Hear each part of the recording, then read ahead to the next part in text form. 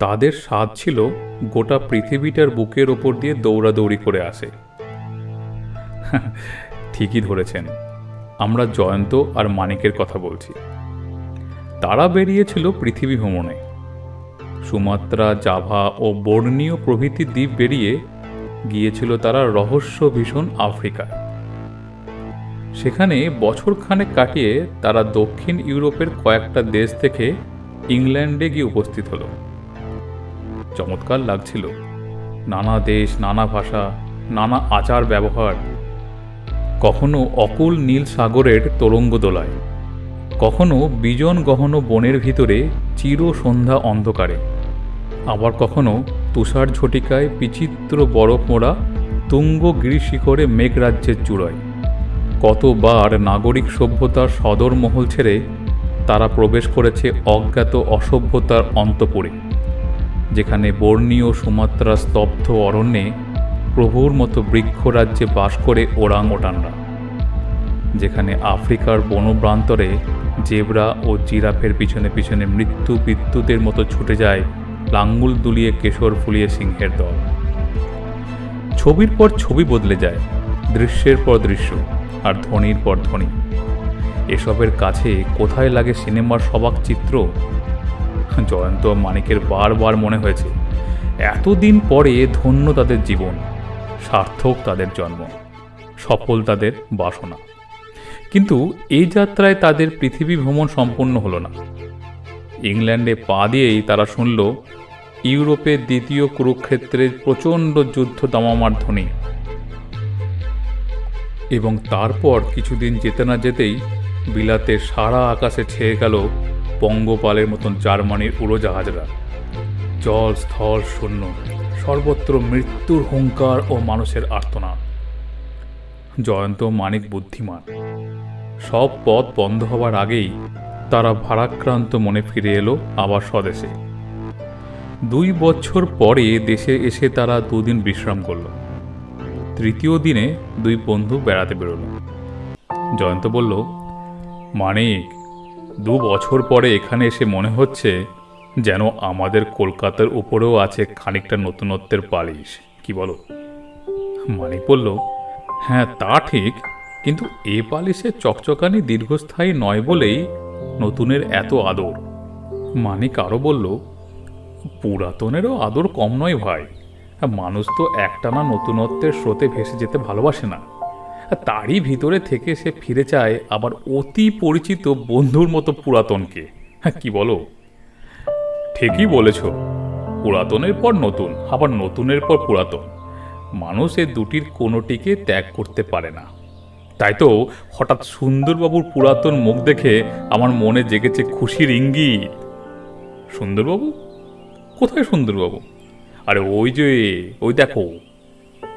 মানিক ফিরে দেখল ওধারে ফুটপাতের ওপর দিয়ে জন 5 পুলিশের সঙ্গে হনহন করে এগিয়ে চলেছে সুন্দরবাবুর বিপুল বপু। এবারে সুন্দরবাবু তাদের দেখতে পেয়ে চমকে ও থমকে দাঁড়িয়ে পড়লেন।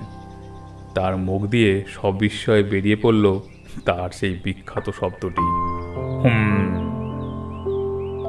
সুন্দরবাবুকে যারা চেনে তারা জানে যে অতিরিক্ত ক্রোধে বা বিস্ময় বা দুঃখে বা আনন্দে তিনি এক রকমের সুরে একইভাবে হুম শব্দটি ব্যবহার করেন। তাকে যারা চেনে না তারা জানতেই পারবে না যে একটি মাত্র হুম শব্দ কত রকমভাবে প্রকাশ করতে পারেন তিনি। সুন্দরবাবু ও ফুটপাত থেকে ছুটে আসবার উপক্রম করছেন দেখে জয়ন্ত ও মানিক তাড়াতাড়ি তার কাছে এগিয়ে গেল। আরে জয়ন্ত আর মানিক যে, আর 7 সাগর লঙ্ঘন করে আবার তোমরা কলকাতায় কবে এসেছো হে? আরে এই তো পরশু। কিন্তু ভায়া, তোমরা তো বলেছিলে 5-6 বছরের আগে কলকাতা নাকি ফিরবেই না। তাই তো ভেবেছিলুম, কিন্তু হিটলার যে আমাদের তাড়িয়ে দিল মশাই। নিজের দেশের জন্য যুদ্ধে মরতে রাজি আছি, কিন্তু বিদেশ বিভুয়ে জার্মান বোমা খেয়ে হাত পা খোড়া করে বেঁচে মরে থাকতে চাই কে বলুন? ঠিক বলেছ ভাই, এই দেখো হাঁচি পড়ল। আর তারপর কোন কোন দেশ বেরিয়ে এলে? জয়ন্ত হেসে বলল, আরে এক নিঃশ্বাসে কি সাতকাণ্ড রামায়ণের কথা বলা যায়? বরং সন্ধ্যের মুখে আমার বাড়িতে যাবেন, নিমন্ত্রণ রইল। সুন্দরবাবু মাথা নেড়ে বললেন, আমার পোড়া কপাল, আমার আবার নিমন্ত্রণ।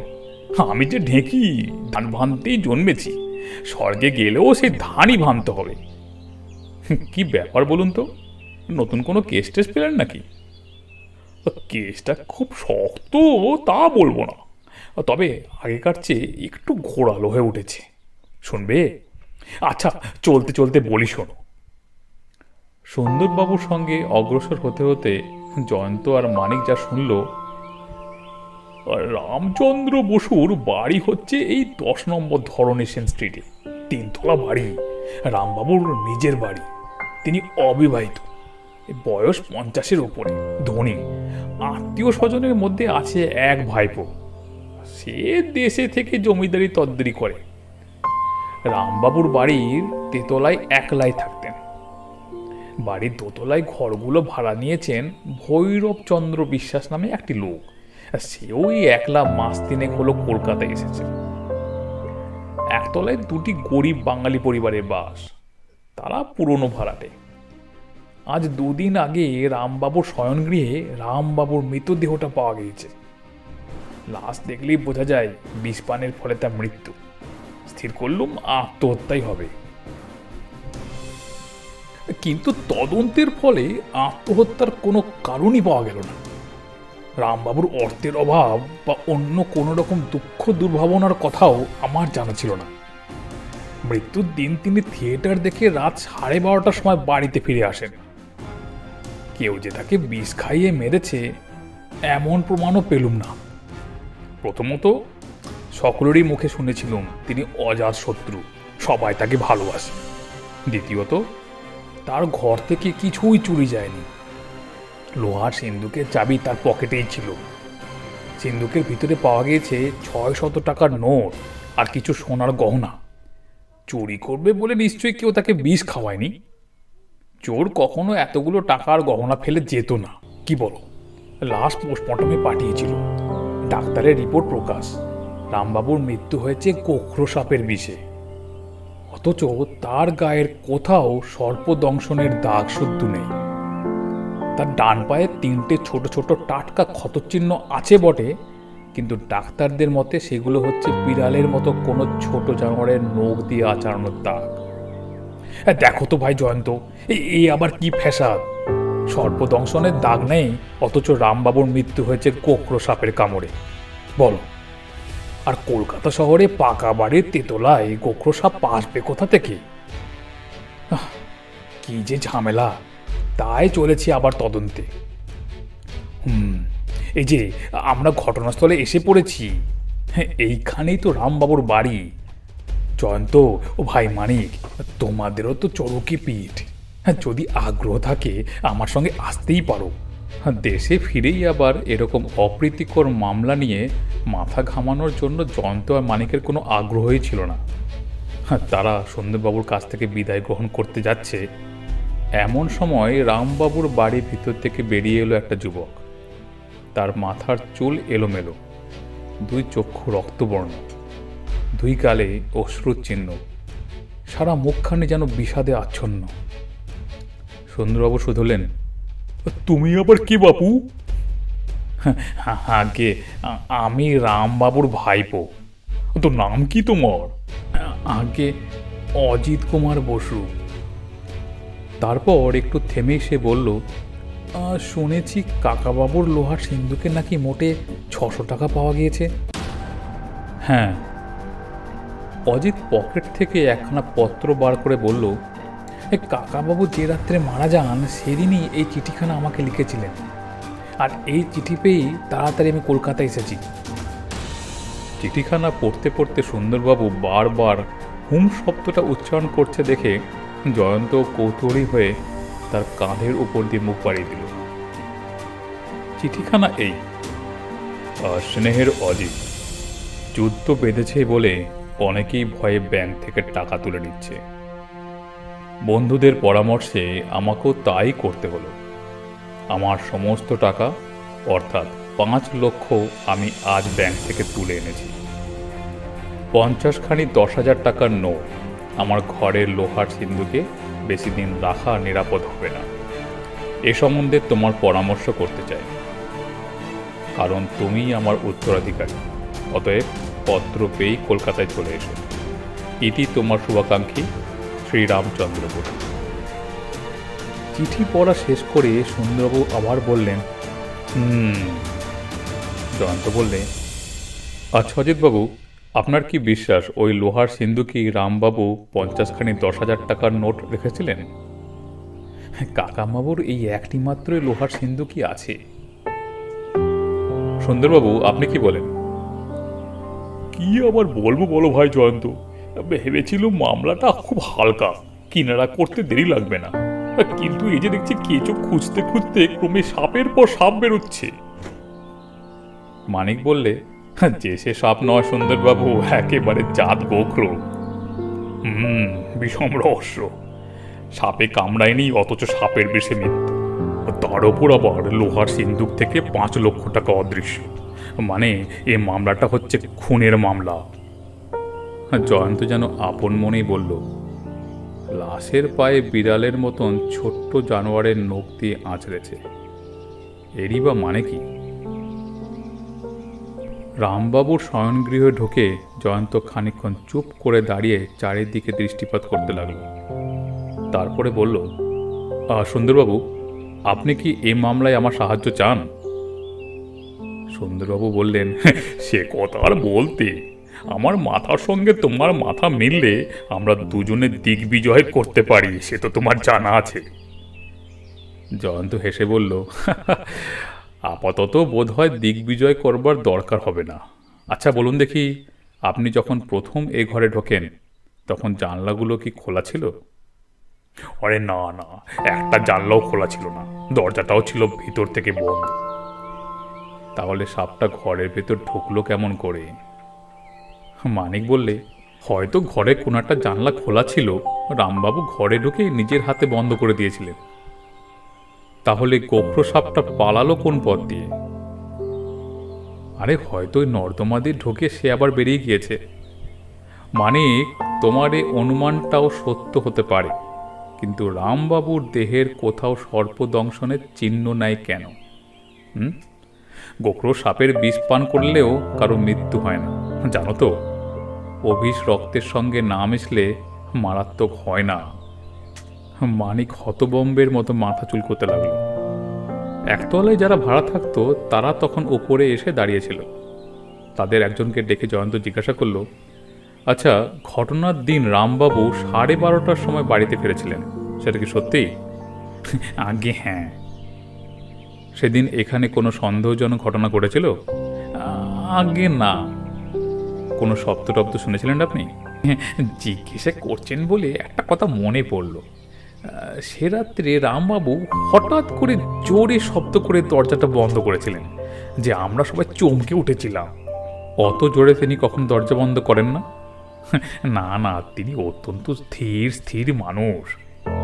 বেশ, এটা একটা ভালো সূত্র বলে মনে হচ্ছে। সুন্দরবাবু বললেন, আমার মতে এটা একটা উল্লেখযোগ্য সূত্রই নয়। জয়ন্ত বলল, কেন কেন নয়? এর দ্বারা কি প্রমাণিত হচ্ছে? প্রমাণিত হচ্ছে যে হঠাৎ কোনো কারণে ভয় পেয়ে রামবাবু তাড়াতাড়ি সজোরে দরজা বন্ধ করে দিয়েছিলেন। হতেও পারে, আবার নাও হতে পারে।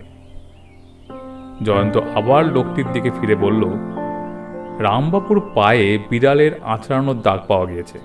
তিনি কি বিড়াল পুষতেন? না মশাই, বিড়ালকে তিনি অত্যন্ত ঘৃণা করতেন। এ বাড়িতে আর কেউ বিড়াল পোষে? কেউ না, কেউ না। তবে একটা ভীষণ খেঁকি হুলো বিড়াল খাবারের লোভে প্রায় এখানে সেখানে হানা দেয়।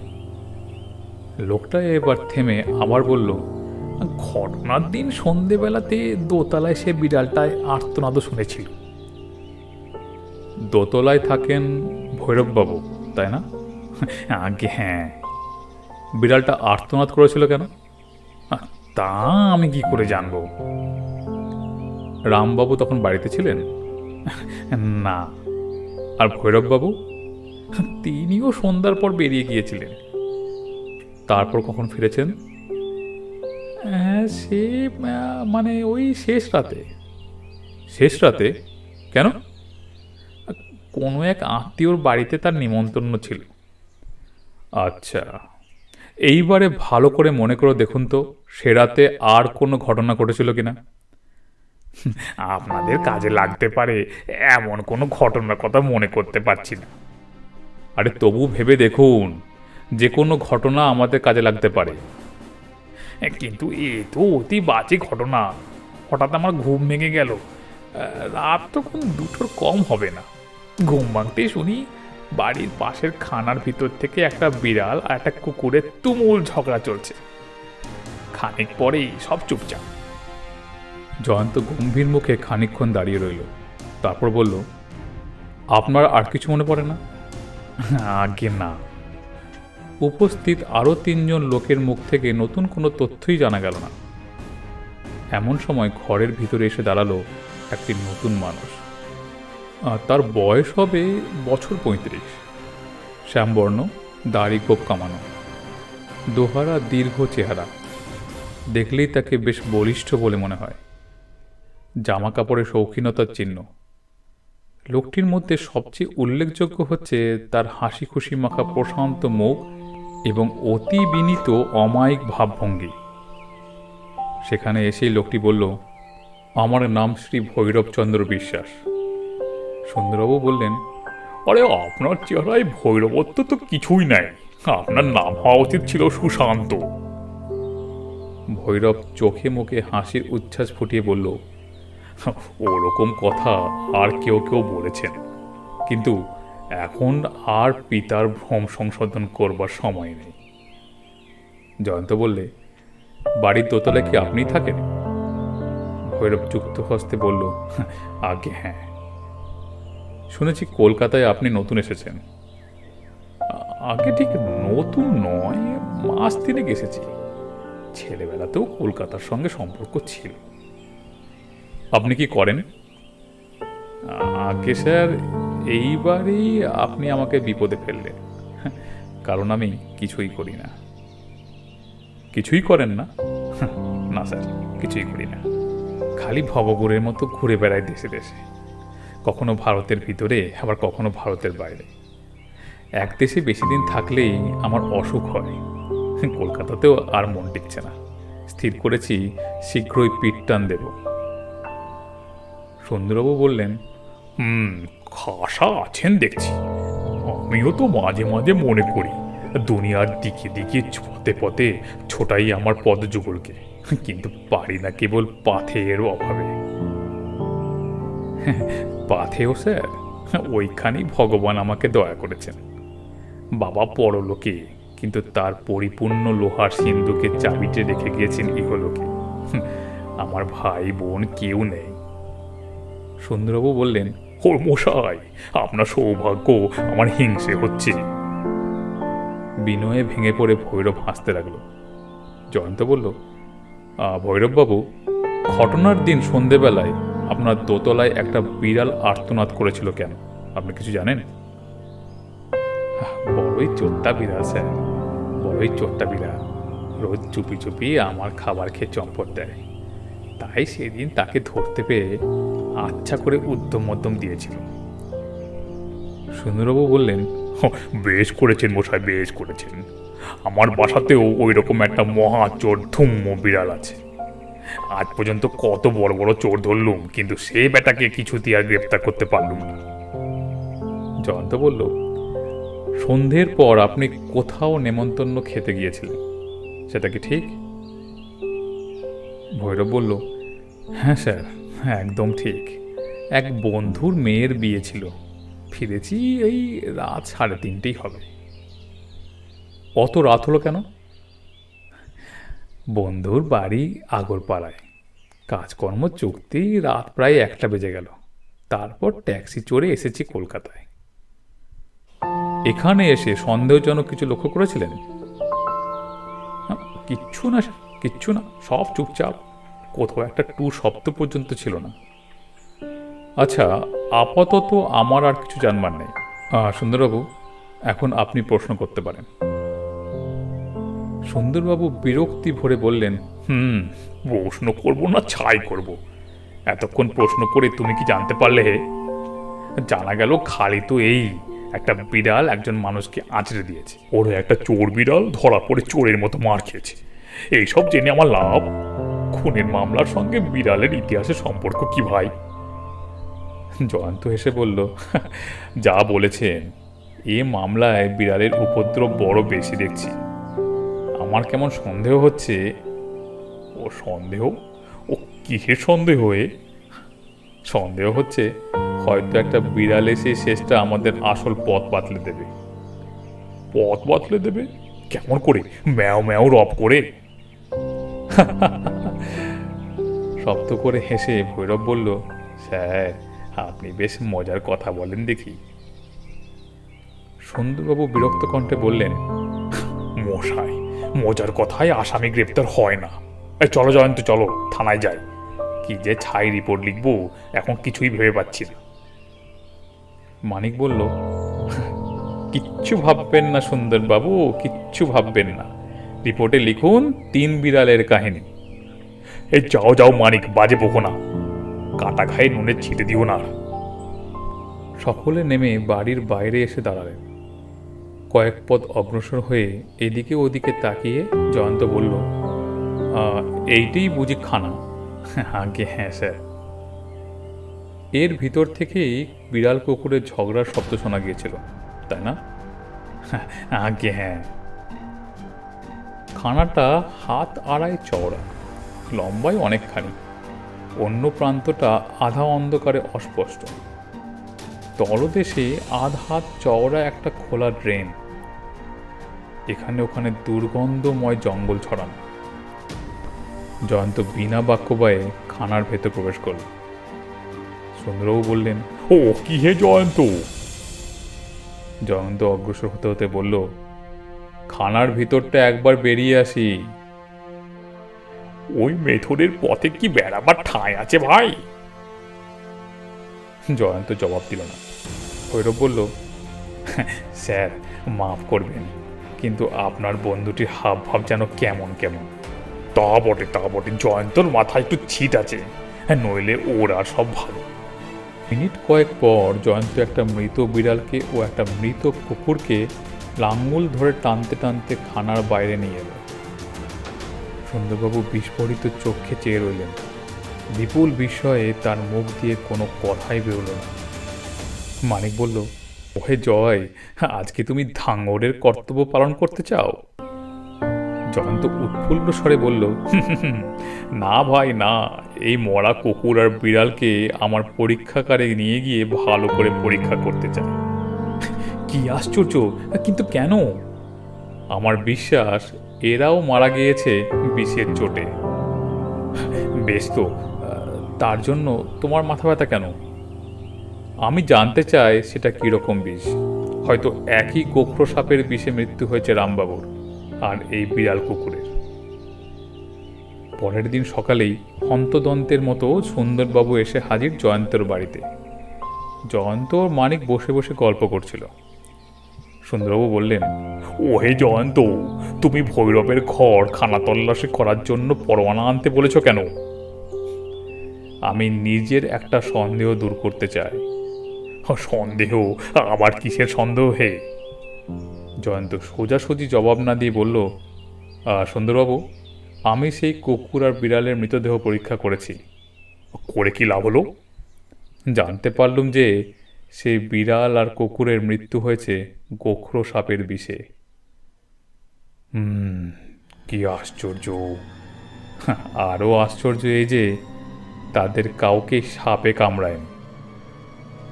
সুন্দরবাবু যেন চমকে উঠলেন, বললেন, হ্যাঁ, বলো কি হে? তাহলে তারাও রামবাবুর মতো সাপের কামড় না খেয়ে সাপের বিষে মারা পড়েছে, এই বলছো? আগে হ্যাঁ। কি রহস্য হে?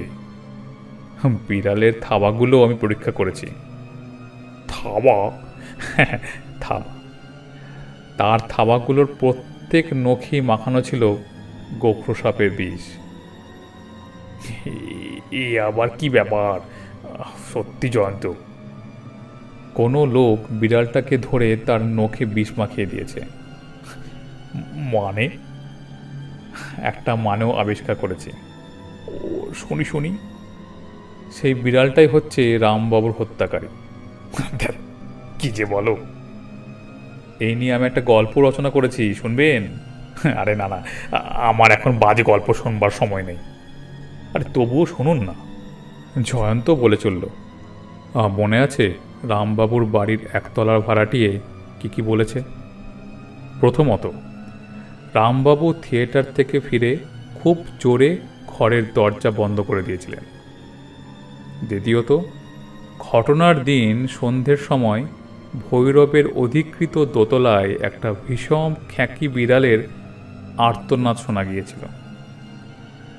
তৃতীয়ত, রাত প্রায় 2টোর সময়ে বাড়ির পাশে খানায় একটা বিড়াল আর একটা কুকুরের ঝগড়া করছিল। চতুর্থত, রামবাবুর মৃতদেহের পায়ে বিড়ালের আঁচড়ের দাগ ছিল। প্রত্যেক ব্যাপারটাই তুচ্ছ, কিন্তু এরই উপরে দাঁড় করিয়েছে আমার গল্পের কাঠামো। ও যত সব বাজে কথা! আচ্ছা, এখন আমার গল্পটা শুনুন। ভৈরব হচ্ছে একটা ঝানু লোক। সে কোনো গতিকে টের পেয়েছিল রামবাবুর লোহার সিন্ধুকে আছে 5 লক্ষ টাকা। এই টাকার উপরে তার লোভ হয়, তাই সে এক অদ্ভুত উপায়ে রামবাবুকে হত্যা করবার সংকল্প করে। ঘটনার দিন বৈকালে সে একটা প্রায় বন্য বিড়ালকে বন্দি করে। তার কাছে আগে থাকতেই গোখরো সাপের বিষ সংগ্রহ করা ছিল। সেই বিষ সে জোর করে বন্দি বিড়ালটার 4 থাবার নখে মাখিয়ে দেয়। এই কারণেই দোতলায় বিড়ালের আর্তনাদ শোনা যাচ্ছিল। তেতলায় ঘর বন্ধ করে রামবাবু থিয়েটার দেখতে বেরিয়ে যান। ভৈরব লুকিয়ে বিড়ালটাকে নিয়ে তেতলায় ওঠে। খড়খড়ির পাখির ফাঁকে হাত গলিয়ে জানলা খোলে। বিড়ালটাকে ঘরের ভেতর পুড়ে দিয়ে আবার জানলা বন্ধ করে দেয়। তারপর নিমন্ত্রণ বাড়ি যাচ্ছি বলে বাড়ি থেকে সরে পড়ে, সকলের সন্দেহের বাইরে থাকবে বলে। তারপর থিয়েটার দেখে রামবাবু ফিরে আসেন, নিজের ঘরের দরজা খোলেন। সঙ্গে সঙ্গে পালাবার পথ খোলা পেয়ে ক্রুদ্ধ বিড়ালটা ছুটে আসে আর তার পায়ে আঁচড় দিয়ে বাইরে পালিয়ে যায়। রামবাবু ভয় পেয়ে সজোরে দরজা বন্ধ করে দেন। তার খানিকক্ষণ পরে বিড়ালের বিষাক্ত নখের প্রভাবে অজ্ঞান হয়ে পড়ে। রামবাবুর মৃত্যু হয়। তারপর শেষ রাতে ঘটনাস্থলে ভৈরবের আবির্ভাব। রামবাবু নিশ্চয়ই ঘরের দরজা খিল দেননি। ভৈরব ঘরের ভেতর প্রবেশ করে, মৃতের পকেট থেকে চাবি নিয়ে লোহার সিন্দুক খোলে। সুন্দরবাবু 2 চোখ বিস্ফারিত করে বললেন, এমন খুনের কথা কে কবে শুনেছে হে? কিন্তু ভৈরবের অপরাধ তুমি প্রমাণ করবে কি করে? জয়ন্ত বলল, হয়তো তার ঘর খানা তল্লাশি করলে কিছু কিছু প্রমাণ পাওয়া যেতেই পারে। হয়তো সে ভেবেছে পুলিশ এই আশ্চর্য খুনের রহস্য বুঝতে পারবে না, তাই এখনো সাবধান হয়নি। সুন্দরবাবু মাথা নেড়ে বললেন, না না জয়ন্ত, এখনো সব রহস্য পরিষ্কার হলো না। ওই একই গোখরো সাপের বিষে কুকুর আর বিড়ালেরও মৃত্যু হলো কেন? জয়ন্ত বললে, এ কথাও আমি ভেবে দেখেছি। ভুলবেন না, ঘটনার রাত্রে বাড়ির পাশের খানায় কুকুর আর বিড়ালের ঝগড়ার শব্দ শোনা গিয়েছিল। কুকুরটাও নিশ্চয়ই বিড়ালটাকে তাড়া করে তার পিছনে পিছনে খানায় গিয়ে ঢোকে। সেখানে তাদের ভিতর মারামারি হয়, আর বিড়ালের নখের বিষে কুকুরের মারা পড়ে। আর বিড়ালটা কি করে মরল? আর সেও নাকে মুখে কুকুরের কামড় খেয়েছিল। তারপর ক্ষতস্থানে যখন নিজের থাবা বুলিয়েছিল, তখন নখের বিষ গিয়ে মিশেছিল তার রক্তেও। সুন্দরবাবু বললেন, ও তোমার অনুমান হয়তো মিথ্যে নয়, কিন্তু আদালতে এসব প্রমাণ করা সহজ হবে না। এসব যেন ডিটেকটিভ উপন্যাসের মতো শোনাচ্ছে। জয়ন্ত উঠে দাঁড়িয়ে বলল, আদালতের কথা পরে হবে, আপাতত এখানে বসে সময় নষ্ট না করে ঘটনাস্থলে যাত্রা করাই উচিত। সুন্দরবাবু বললেন, ওকে, ঠিক তাই, আর চলো চলো দেখি। কিন্তু ঘটনাস্থলে গিয়ে জানা গেল ভৈরব গত রাত্রেই কোথায় বেরিয়ে গিয়েছে, এখনও ফিরে আসেনি। জয়ন্ত বলল, সে বোধহয় আর ফিরবেও না। ভৈরব আমাদের সন্দেহ করেছে, আমি যে বিড়ালের মৃতদেহ আবিষ্কার করব এতটা সে ভাবতেই পারেনি। সুন্দরবাবু বললেন, একটা কথা আমি বুঝতে পারছি না জয়ন্ত, ভৈরব কেমন করে আন্দাজ করলো যে আমরা তাকে সন্দেহ করেছি? জয়ন্ত বলল, খুবই সহজ। তার চোখের সামনেই আমরা যে মরা বিড়ালটাকে আবিষ্কার করেছি। যে লোক এমন অদ্ভুত উপায় নরহত্যা করতে পারে সে তো নির্বোধ নয় সুন্দরবাবু। তাহলে তোমার বিশ্বাস ভৈরব আর ফিরে আসবে না? হ্যাঁ, এ বিষয়ে আর কোনো সন্দেহ নেই। তার পক্ষে এখন ফিরে আসা মানে আত্মহত্যা করা। তাকে খুঁজে বার করতে হবে আপনাদেরই। কিন্তু কোথায় তাকে খুঁজে পাবো বলো তো? সে কথা একটু পরে ভাবলেও চলবে। আপাতত তার ঘর খানা তল্লাশি করা দরকার। চলুন। দোতলায় ছিল 3খানা কামরা ও 1খানা রান্নাঘর। তার মধ্যে একটা ঘর বাইরে থেকে তালাবন্ধ। জিজ্ঞাসা করে জানা গেল সেখানা হচ্ছে ভৈরবের শোবার ঘর। তালা ভেঙে ঘরের দরজা খুলে ফেলা হলো। সুন্দরবাবু একবার চারিদিকে চোখ বুলিয়ে নিয়ে বললেন, ভৈরব দেখছি আসবাবপত্র কিছুই নিয়ে যায়নি, হয়তো সে আবার ফিরে আসবে। জয়ন্ত বলল, আসবাব রেখে গেছে সে আমাদের চোখে ধুলো দেওয়ার জন্য, যাতে আমরা ভাবি সে পালায়নি। ভৈরবের সঙ্গে আছে 5 লক্ষ টাকা। তার কাছে এই আসবাবগুলো তো তুচ্ছ মশায়। মানিক বিস্মিত স্বরে বলল, জয়ন্ত, আনলায় ওটা কি ঝুলছে? শ্যারং। আরে ওই দেখো, টেবিলের ওপর 1খানা ক্রিস রয়েছে। আর ওই দেখো 1খানা প্যারাং। আর এদিকে রয়েছে রাতায়নের তৈরি একটা বাস্কেট। আর ঘরের কোণেও দেখছি রাতায়নের লাঠি। সুন্দরবাবু হতবম্বের মতো বললেন, এসব কি হেয়ালি হচ্ছে হে? স্যারাং, ক্রিস, প্যারাং, রাতান, এসব কি কথা বাবা? জয়ন্ত বলল, শ্যারাং মানে হচ্ছে একরকম কাপড়, প্যারাং একরকম বড় ছুরি, কৃষও আরেক রকমের ছুরির নাম, রাতান এক গাছের নাম। তাদের দড়ি, লাঠি আর ঝুড়ি প্রভৃতি তৈরি হয়। এইসব কোন দেশের কথা হে? মালয় উপদ্বীপের সুমাত্রা প্রভৃতি দ্বীপেও এই জিনিসগুলির চলন রয়েছে। থাকবে, ও নিয়ে আমার মাথা ঘামিয়ে কাজ নাই। টেবিলে ড্রয়ার টেনে খান কয়েক খাম বার করে জয়ন্ত বলল, খামগুলোর উপরেও দেখছি সুমাত্রার ডাকঘরের ছাপ। বোধ হচ্ছে ভৈরব ওই অঞ্চলে অনেকদিন বাস করেছিল। এখনও তার বন্ধুরা সেখান থেকে তাকে চিঠিপত্র লেখে। বটে বটে। জয়ন্ত হঠাৎ গম্ভীর হয়ে গেল। তার মুখেও চিন্তার ছায়া। সুন্দরবাবু এটা ওটা সেটা নাড়তে নাড়তে বললেন, ও যত সব বাজে জিনিসে ভর্তি। এখানে ভৈরবের বিরুদ্ধে কোনো প্রমাণই নাই। চলো জয়ন্ত, আর মিঠে সময় নষ্ট করে লাভ কি? জয়ন্ত হঠাৎ বলল, আচ্ছা, রামবাবুর ঘরে টেলিফোন দেখেছিলাম না? হ্যাঁ হ্যাঁ, কিন্তু কেন? জয়ন্ত কোনো উত্তর না দিয়ে দ্রুত পদে ঘর থেকে বেরিয়ে গেল। সুন্দরবাবু বললেন, ও মানিক, তোমার বন্ধুর মতলবটা কি বলো না? ও কখন যে কি করে আর কি বলে কিছুই বোঝা যায় না। মানিক সহাস্যে বলল, অতএব জয়ন্তকে বোঝবার চেষ্টা ছেড়ে দিন। কি জানি যদি শেষটা আপনার মূল্যবান মস্তিষ্ক গুলিয়ে যায়। সুন্দরবাবু ক্রুদ্ধ স্বরে বললেন, ও ঠাট্টা আমার ভালো লাগে না। আমি কি তোমাদের ঠাট্টার পাত্র নাকি? খানিক পরেই জয়ন্ত ফিরে এসে বলল, টেলিফোনে খবর নিয়ে জানলুম আজ বেলা 12:30টার সময় ডায়মন্ড হারবার থেকে 1খানা জাহাজ ছাড়বে। রেঙ্গুন হয়ে সেটা যাবে সিঙ্গাপুরের দিকে। সুন্দরবাবু বললেন, আরে তাতে তোমার কি, আমারই বা কি? ইচ্ছে করলে এখনো আপনি সেই জাহাজখানা ধরতে পারেন। কিন্তু কেন শুনি?